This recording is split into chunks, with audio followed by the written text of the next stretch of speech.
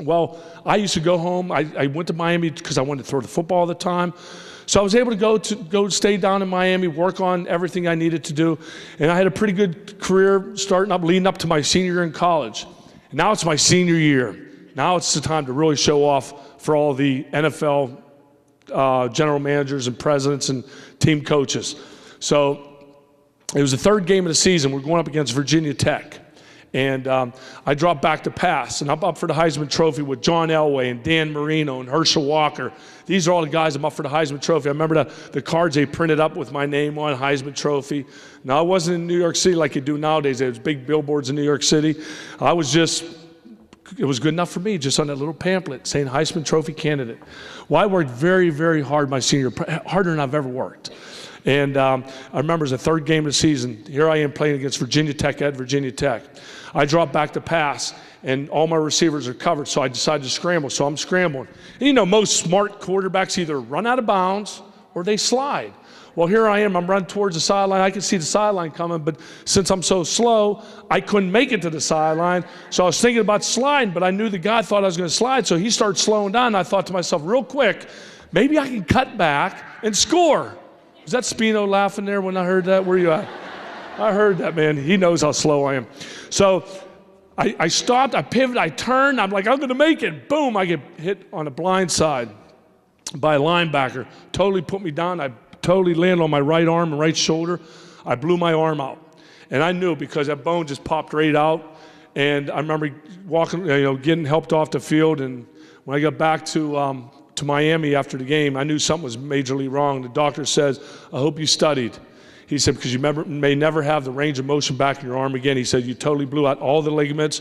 Everything around is totally destroyed. And I'm like, you got to be kidding me. And my brother Pat was there. I remember him say, Jim, you've never given up before. He says, you're a Kelly. Don't let a doctor tell you can't do something. He said, you're going to come back from this, and we're going to help you. Three of my brothers moved down to Miami with me. I rehabbed my shoulder. I guaranteed myself I'd do it. I put my mom and my dad's pictures in my locker, put my 5 brothers' picture in my locker. I said, you know what, I'm going to do it for them. So I remember rehabbing it so hard on the old Cybex machine.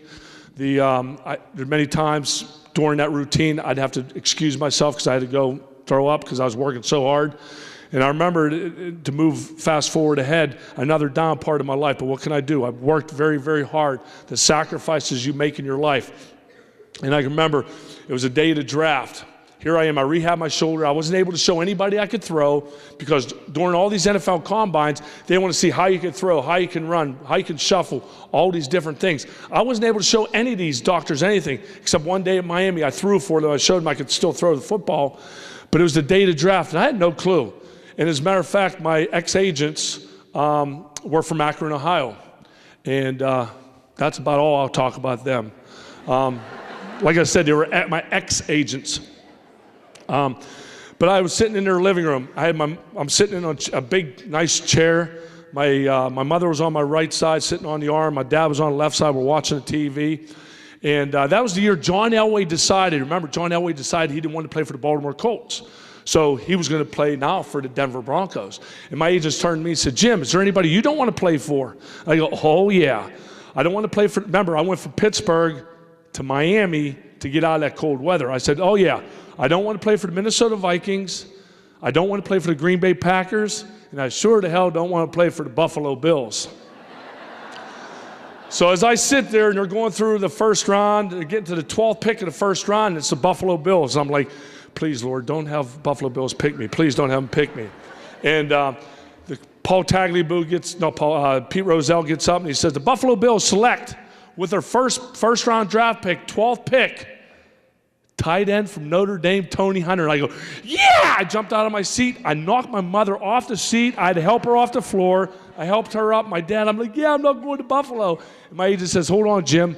They also got the 14th pick of the first round. Needless to say, the Buffalo Bills selected me with their 14th pick of the first round. I cried. And I know there's a couple reporters here, but boy, I did a good acting job. About 10 minutes later when the media called me, hey, how's it feel to be a Buffalo Bills first round pick? Oh, it's great. I look forward to turning the program around. I never signed with them. I signed with the USFL. I went to the USFL for 2 years and pretty much where I learned football. But again, another low part of my life. Here I didn't want to play for the Bills, and boom, separated shoulder, now the Buffalo Bills. I'm like, what's going on with this?